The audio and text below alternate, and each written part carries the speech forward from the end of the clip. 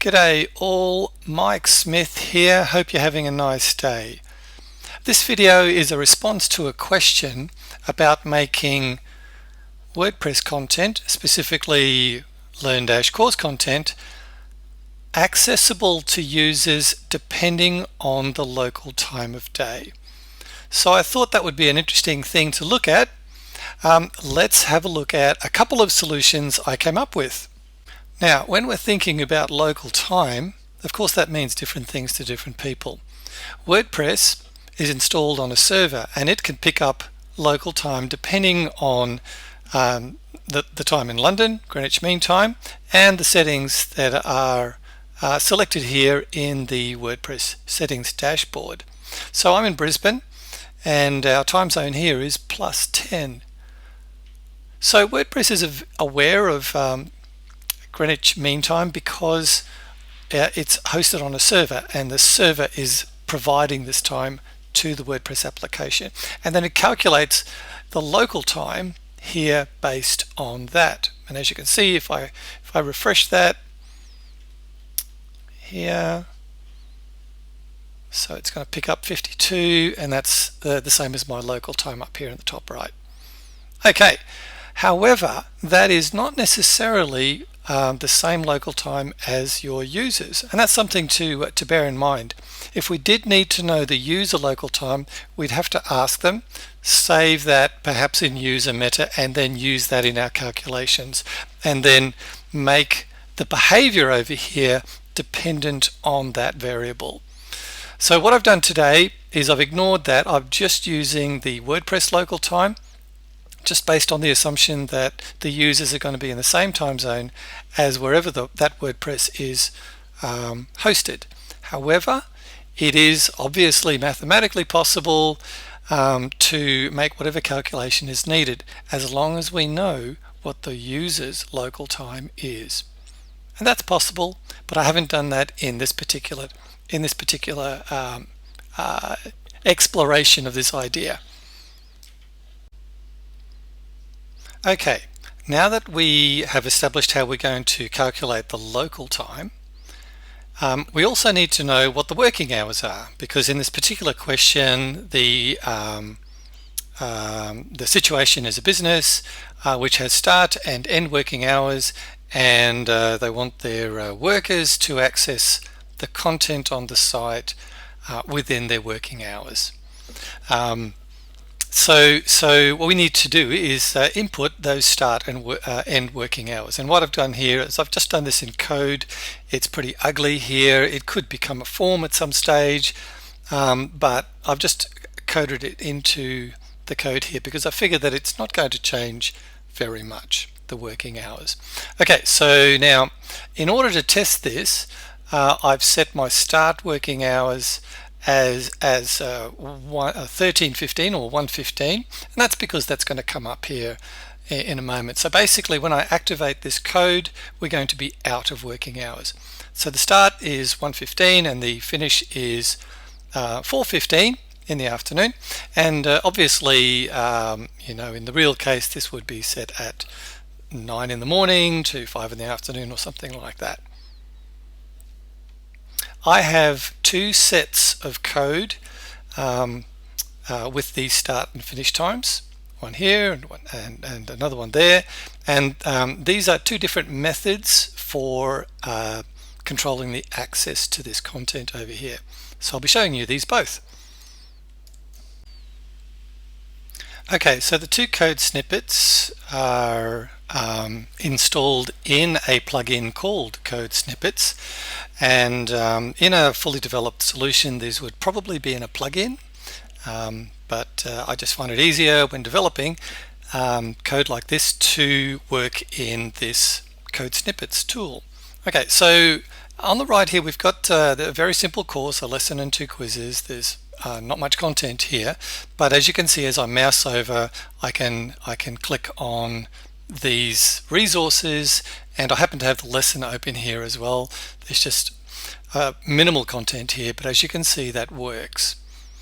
Okay, now if I activate these two snippets, it's going to impact on what is shown on the right hand side here. So let me show you that next. Okay, the first snippet I'm going to show you is something that basically alters the CSS of this page. Let me show you how that works, or what its effect is. So I'll just activate that snippet. So this snippet is active now, and I'm going to refresh the page over here. Okay, and what it's done here is made this area on the page non-clickable. So basically I can mouse over this, but I can't click on any of these resources, the lesson or the two quizzes. Everything else on the page works fine, as you can see, but just that area of the screen of the page is made non-accessible. And that's a relatively easy, and I like this method there, and I like this method because people can still see what's there, but they just can't interact with it. So it's a gentler approach. However, there are consequences. So as you saw earlier, I had this lesson open in another tab. If I refresh that tab, as I did with the previous page, that lesson content is still actually usable. So basically this method just stops people accessing the course resources from the course content page, right? So it's a relatively gentle reminder that people are outside working hours, and I've just put a little bit of text before and after there as well. But primarily we're just using CSS to make that content non-clickable. It's still visible but non-clickable. However, if they happen to be in the lesson, or if they know what the direct URL to that lesson is, they will be able to interact with that. So it's a relatively gentle and friendly just reminder that you know, maybe you should be doing something other than work outside of work hours.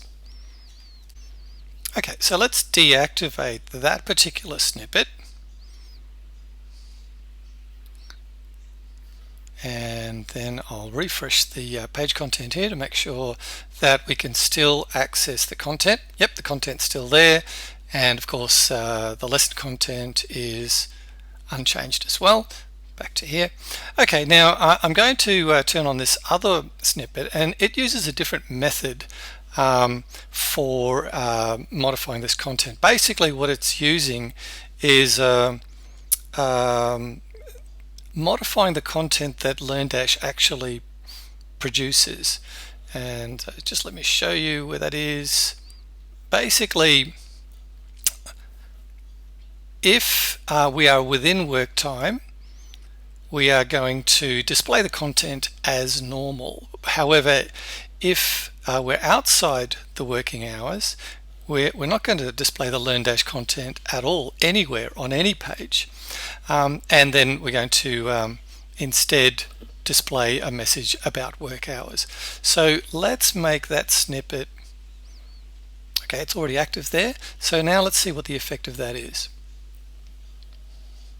Refreshing the page here, and as you can see, that content isn't displayed at all, and also it affects all LearnDash content. So lessons and quizzes all through. So that's a more definitive, brutal if you like, method for controlling access to the content according to local time. Something to bear in mind with both of these methods is that this page is not going to automatically refresh. So for example, that start time is going to commence in about 9 minutes, and but unless the person actually refreshes the page, this display is not going to change. And similarly, if they're in a lesson and they happen to be working through that lesson, that's not going to suddenly cut off at the work end time. It's only when they try to display another lesson or that lesson again. So that's something to bear in mind. If immediate response was required, then we would need to be using JavaScript to keep track of the local time. Now the first method I showed you uses add action in WordPress and a hook, two hooks in fact, within LearnDash, and they're basically just wrapping up the content and then applying that style that stops it being selected. So it's using actions. The second method, this method that's being displayed now, is using a filter, and that controls how the LearnDash content is actually displayed, not just manipulating what happens before and after it. The benefit of doing this is that you can also take account of the current user's role. For example, we could have this not be applied to administrator roles or instructor roles, for example, and also we can use it to control whether the user is logged in or not. So this particular course happens to be an open course available to the public, but I can still control its access according to local time.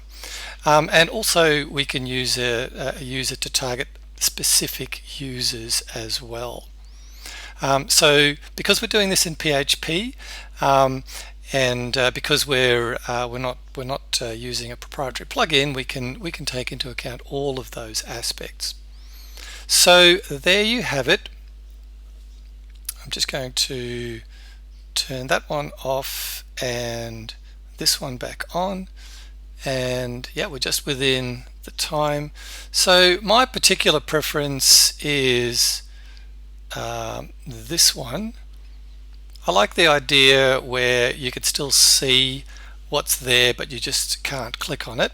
But you could use the other method as well.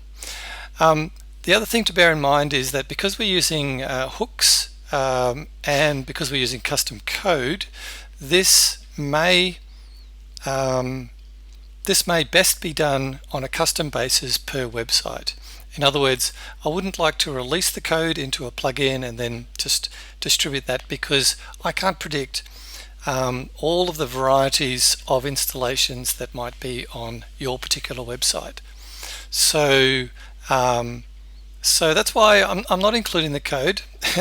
It could be because it's not very well written, lots of comments. It could be more optimized, but that's not really the main reason. The main reason is that I've tried to do code sharing before, and because of the particular individual customizations of websites, the code that I've handed out didn't particularly work very well. So in this particular case, I'd be happy to share the idea with you. I'd be happy to install the code and customize it to your website, but I'm not prepared to just share the code as is. Anyway, thanks very much for your interest and for listening and watching. Have a great day.